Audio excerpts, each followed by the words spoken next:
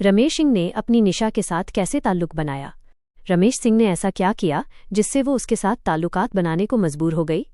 वो ऐसे ढंग से नज़दीकियां बढ़ा रहा था कि निशा बेहद परेशान हो जाती, लेकिन फिर भी निशा रमेश के हर कदम में पूरा साथ निभा रही थी। दोस्तों, ये मामला है हिंदुस्तान के एक शहर का, जहां रमेश सिंह नाम का एक आदमी अपनी पत्नी पूजा के साथ रहता था। रमेश सिंह और उसकी पत्नी के बीच अक्सर रोज़ाना तकरार हुआ करती थी, क्योंकि उसकी पत्नी रमेश को कुछ कामकाज करने को कहती थी, लेकिन रमेश हफ्ते में 2 या 3 बार ही काम पर जाता था और उन पैसों को जुए में उड़ा देता। वह अपनी पत्नी के साथ इतने बुरे तरीके से ताल्लुकात बनाता था कि उसकी पत्नी की हालत खराब हो जाती थी, इसीलिए वह उसे अपने पास आने ही नहीं देती थी। इस तरह ये सिलसिला कई सालों तक चलता रहा। जब भी वो अपनी पत्नी से अपनी ख्वाहिश जाहिर करता तो उसकी पत्नी उसे बहुत बुरा भला कहने लगती थी। उसकी पत्नी उस पर हर वक्त नाराज रहती। एक दिन उनके बीच झगड़ा हो गया। रमेश सिंह ने अपनी पत्नी को काफ़ी पीट दिया। उसकी पत्नी गुस्से में अपने मायके चली गई। इसी तरह जब रमेश सिंह की पत्नी मायके चली गई तो घर में रमेश सिंह अकेला रह गया। वह घर के बारे में सोचने लगा। उसने सोचा, यार कुछ कामकाज तो करना ही चाहिए। तब उसने कई दिन तक मेहनत मजदूरी की, उठा लिया अब आज के बाद आवारा नहीं फिरूंगा। तब रमेश सिंह अपनी पत्नी को मनाने के लिए उसके मायके गया। वहां जाकर उसने अपनी पत्नी को समझाया कि चलो, जो हो गया सो हो गया, अब मैं सुधर गया हूं, अब घर चलो, अब दोबारा ऐसा नहीं होगा, अब जैसे तुम कहोगी वैसा ही होगा। दोस्तों, फिर भी उसकी पत्नी मानने को तैयार नहीं हुई और मायके में ही रह जाती है। रमेश सिंह वहां से मायूस होकर वापस चला आया। इसी तरह 3 से 4 महीने गुजर गए। फिर एक दिन रमेश सिंह फिर से अपने ससुराल गया और अपनी पत्नी को घर आने के लिए जिद करने लगा कि चलो घर चलो, अब दोबारा ऐसा नहीं होगा, अब जैसे तुम कहोगी वैसा करूंगा।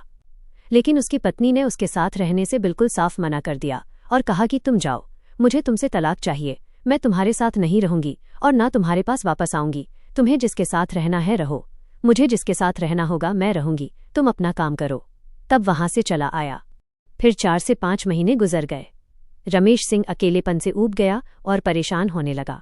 फिर दोस्तों, वो एक दिन उसने अपने दोस्त को बुलाया और कहा, यार कहीं अगर मेरा हो तो कराओ, अब मुझे जल्द ही शादी करनी है क्योंकि घर काटने को दौड़ रहा है।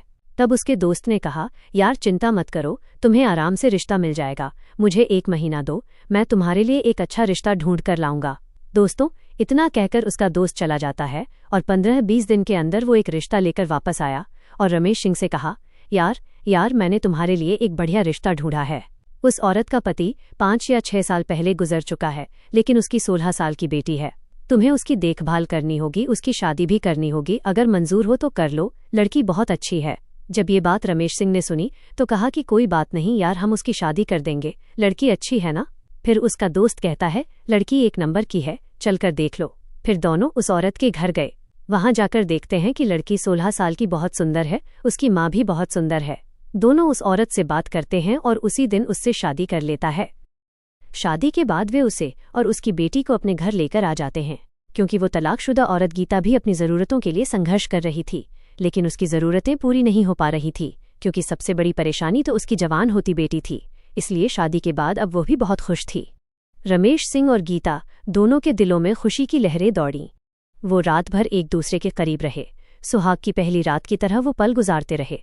इतने करीब होने के बाद गीता उसकी दूसरी पत्नी रमेश सिंह के साथ रहना पसंद करने लगी थी, क्योंकि वो उनके बीच कई बार करीब आया करता था और गीता भी चुपचाप उसका साथ देती थी। उसे भी उस रिश्ते में सुकून मिलने लगा था, क्योंकि उसका पति कई साल पहले दुनिया से चला गया था, इसलिए वो भी अकेली और तड़पती हुई थी। ऐसे ही दोनों खुशी खुशी अपनी जिंदगी बिताने लगे थे। कुछ ही दिनों बाद गीता गर्भवती भी हो गई और उसके बच्चे की पैदाइश का वक्त पूरा हो गया। तभी उसके पेट में दर्द हुआ। रमेश सिंह तुरंत ही उसे अस्पताल लेकर गया, वहां उसे भर्ती कराया, लेकिन दुर्भाग्यवश ऑपरेशन के बाद उसकी पत्नी भी दुनिया छोड़ गई। रमेश सिंह और निशा का बुरा हाल था। साथ में 18 साल की बेटी निशा भी थी। 15-25 दिन बीत गए, तब रमेश सिंह को अपनी पत्नी गीता की याद सताने लगी। वो उनके ख्यालों में डूबा रहता। दोस्तों, अब वो बेहद परेशान हो चुका था, क्योंकि उसकी दूसरी पत्नी भी उसके साथ नहीं रही। उसकी यादों ने उसे परेशान कर दिया था। अब रमेश सिंह के साथ घर में निशा जरूर थी, पर वो फिर भी अकेला था। उसका मन कहीं भी नहीं लगता था, सब सुनासना सा लगता था। रमेश सिंह अपनी पत्नी और उसकी बेटी के साथ हंसी खुशी जिंदगी गुजार रहा था, इसलिए उसका मन कहीं नहीं लग रहा था। एक दिन अपनी पत्नी की यादों में खोया हुआ बैठा था, तब उसकी 18 साल की लड़की निशा नहाकर बाहर आ रही थी। निशा उसके साथ उसके घर में ही रह रही थी, क्योंकि उसकी माँ गीता की मौत के बाद वो अकेली पड़ गई थी। निशा जब गीले कपड़ों में बाहर आई तो रमेश सिंह एक पल के लिए ठिठक गया। उसे अचानक ख्याल आया कि गीता की जिम्मेदारी अब उसी पर है। निशा अब बड़ी हो चुकी है और उसे संभालने वाला कोई नहीं।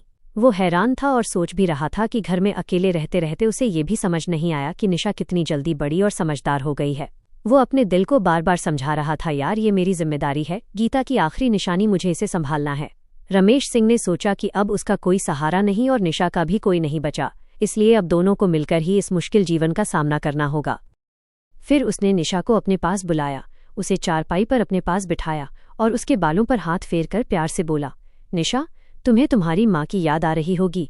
जब भी मन भारी लगे मेरे पास आ जाया करो, हम दोनों एक दूसरे का सहारा हैं। निशा की आंखें भर आईं।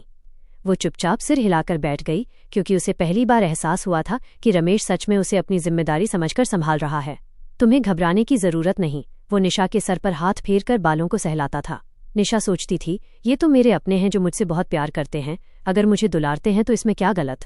पर रमेश के मन में तो कुछ और ही था। धीरे धीरे वो निशा के करीब आने लगा। वो रात दिन निशा के साथ ताल्लुक बनाने के बारे में सोचता रहता। एक दिन रमेश सोच रहा था कि निशा को अपने करीब कैसे लाया जाए, कैसे उस मिठाई का रस पिया जाए, फिर उससे अपनी नज़दीकियां बढ़ाई जाए। फिर एक दिन उसने चालाकी से एक प्लान बनाया। मोबाइल में ढेर सारी फिल्में भरवा कर निशा को दे दी। बोला, ले निशा, अगर रात में नींद ना आए तो मोबाइल देख लेना। इससे ज्यादा उसने कुछ नहीं बताया। रात को निशा जब मोबाइल लेकर सोने गई तो जब उसने चलाया देखा कि उसमें फिल्में भरी हुई थीं। वो हैरान रह गई।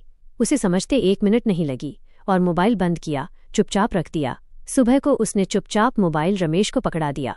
रमेश ने उसे बिठाया और बोला, देख निशा, आज नहीं तो कल ये सब तो तुझे सीखना ही पड़ेगा। जब कहीं शादी होगी, कहीं जाओगी तो ये काम आएगा।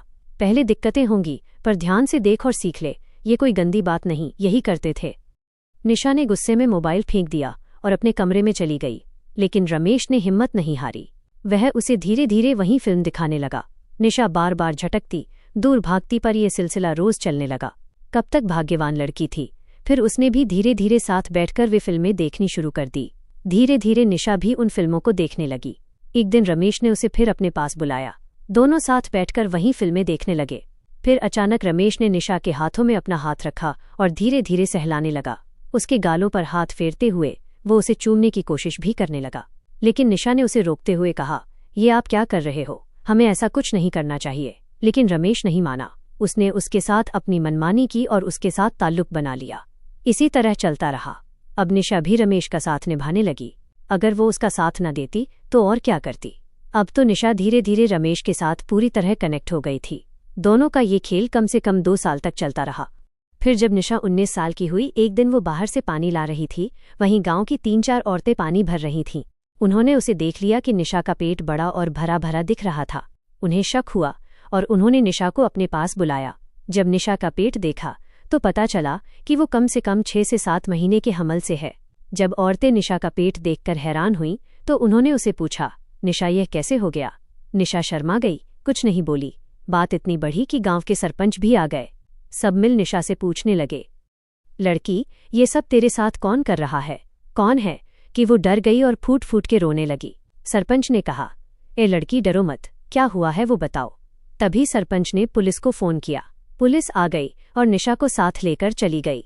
जब पुलिस वाले निशा को थाने लेकर आए तो बड़े ही तेवर से उसे डांटने लगे, धमकाने लगे। निशा डर के मारे फूट फूट के रोने लगी। धीरे धीरे उसने सब कुछ बताना शुरू किया जो उसके साथ हुआ था। उसने पुलिस वालों और गांव वालों को सबको बताया कि कैसे रमेश वीडियो लाते थे और उसे दिखाते थे। बढ़िया से दोनों साथ बैठकर वे सब करते थे, जैसे फिल्मों में दिखाते हैं वैसा ही। निशा का दर्द सुनकर सब लोग डर गए, दुखी हो गए। वहां तक पुलिस वाले भी हैरान रह गए। जब ये बात पूरे गांव में फैली किया तो सबके पैरों तले से जमीन खिसक गई। लोगों को भरोसा ही नहीं हुआ कि कोई अपनी ही लड़की के साथ ऐसा कर सकता है। उस घर का नाम और निशान सबके सामने दागदार हो गया। फिर पुलिस ने रमेश सिंह को पकड़ लिया गया और उसे जेल भेज दिया गया। कोर्ट ने उसे उम्र कैद की सजा सुनाई ताकि कोई आगे ऐसी हरकत करने की हिम्मत भी न करे। उसके बाद निशा घर में अकेली रहने लगी। कुछ दिनों बाद निशा के पेट में अचानक दर्द हुआ। उसने पड़ोस की आंटी को आवाज लगाई। उसे अस्पताल में ले जाया गया। उसने वहां एक बच्चे को जन्म दिया। उसके बाद वो अपने बच्चे को लेकर घर में रहने लगी। गांव के सब लोग उसे ताने मारते थे, चिढ़ाते थे। एक दिन उसने गांव वालों से तंग आकर इस दुनिया को छोड़ने का फैसला किया। उसने अपने बेटे को घर में ही छोड़ दिया और जंगल में एक बड़े से पेड़ पर एक रस्सी लटकाई और जैसे ही वो रस्सी उसने अपने गले में पहनी, गांव के एक आदमी मोहन ने देख लिया। वह जोर से चिल्लाया और भागता हुआ निशा को लिपट गया और उसे बड़ी मुश्किल से बचाया। उसे डांटने लगा। उसकी डांट में मोहब्बत थी। वो निशा को अपने घर लेकर गया और उसके बेटे को भी खूब प्यार से रखा। मोहन, जिसकी उम्र 42 साल थी, उसकी 2 बेटियां थीं जो अभी छोटी छोटी थीं। उसकी बीवी उसे छोड़कर किसी दूसरे के साथ फरार हो गई थी। मोहन ने निशा को भी अपने घर में खूब अच्छी तरह रखा। एक दिन निशा की तबीयत खराब हो गई। मोहन ने पूरी रात जागकर गुजार दी, कभी उसका सर दबाता, कभी उसके सर पर पानी की पट्टी रखता। 7-8 महीने गुजर गए। मोहन मेहनत मजदूरी करता और निशा घर में खाना बनाती थी। सरपंच ने एक दिन मोहन से कहा, मोहन, मैं निशा की शादी करना चाहता हूँ। एक आदमी है जो उसके बेटे की भी देखभाल कर ले। सरपंच ने मोहन को बताया, हाँ, पड़ोस के गांव में एक लड़का है, उसकी बीवी का देहांत हो गया था, उसका कोई बच्चा भी नहीं है और उम्र भी सिर्फ 22 साल है। मोहन सुनते ही मायूस हो गया, लेकिन निशा ने महसूस कर लिया, क्योंकि जब सरपंच मोहन से बात कर रहा था, निशा भी घर में ही थी। गांव में पंचायत बुलाई गई। सबने यही तय किया कि निशा की शादी उस लड़के से कर दी जाए, वो उसका हम उम्र है और जिंदगी अच्छी गुजरेगी। पंचायत में निशा को बुलाया गया। निशा ने कहा, हाँ, मैं शादी करना चाहती हूँ, मैं भी शादी की ख्वाहिश रखती हूँ, लेकिन मैं उस गांव के लड़के से शादी नहीं करना चाहती। सब एक दूसरे की तरफ हैरानी से देखने लगे। निशा ने कहा, मैं मोहन से शादी करना चाहती हूँ। सब लोग हैरान रह गए और मोहन के पैरों के नीचे से जमीन निकल गई। सरपंच ने कहा, ये तुम क्या कह रही हो? मोहन तो वैसे भी तुम्हारे बाप की उम्र का है। निशा ने कहा, सरपंच साहब, बाप की उम्र का तो है, बाप तो नहीं है ना। मैं शादी अगर आप रजामंद हो तो शादी करूंगी, तो सिर्फ मोहन से ही करूंगी। मैं तो कब की उसे अपना पति मान चुकी हूँ। सरपंच ने कहा और गांव वालों ने भी सबने एक साथ कहा, तुम मोहन से क्यों शादी करना चाहती हो? निशा ने कहा, वो बहुत भला आदमी है, मेरी बहुत अच्छी तरह देखभाल करता है, मेरी तरफ कभी उसने आंख उठाकर भी नहीं देखा। मैं ऐसे साफ सुथरे अच्छे आदमी के साथ क्यों ना शादी करूं? और वैसे भी दूसरा आदमी पता नहीं कोई मेरे बेटे को अपनाएगा या नहीं। मोहन मेरे बेटे को बहुत प्यार से रखता है, बिल्कुल अपनी बेटियों की तरह। मैं उसके घर में खुश हूं और उसके घर में ही रहना चाहती हूं। उसके बाद निशा ने मोहन से शादी कर ली और दोनों खुशी खुशी रहने लगे। निशा मोहन की दोनों बेटियों को भी अपने बेटे की तरह खुशी खुशी रखने लगी। इस तरह दोनों अपने बच्चों के साथ अपनी हंसी खुशी जिंदगी गुजारने लगे। दोस्तों, ये थी आज की कहानी। पसंद आई हो तो लाइक करें, चैनल को सब्सक्राइब करें और बेल आइकन का बटन भी दबाएं। शुक्रिया।